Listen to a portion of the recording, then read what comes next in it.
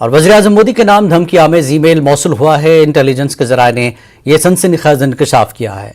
NIA की Mumbai branch को धमकी आमेज ईमेल मौसूल हुआ है, जिसमें सेंडर ने कहा कि उसके पास 20 किलो आरडीएक्स यानी धमाका खेज मादा है। एजेंसी ईमेल भेजने वाले के आईपी एड्रेस समेत दीगर मालूमात की तलाश में मसरूफ है। तहकीकात जारी है।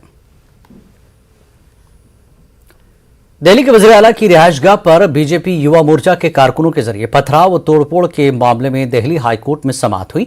इस मामले में हाईकोर्ट ने दिल्ली पुलिस को नोटिस जारी किया है। हाईकोर्ट ने दिल्ली पुलिस से सीलबंद लिफाफे में मामले की स्टेटस रिपोर्ट मांगी है। वहीं वज़ीर आला की रिहायशगाह के आसपास के तमाम सीसीटीवी फुटेज को महफूज रखने की भी हिदायत दी गई है। इस मामले की अगली समाअत 25 अप्रैल को होगी।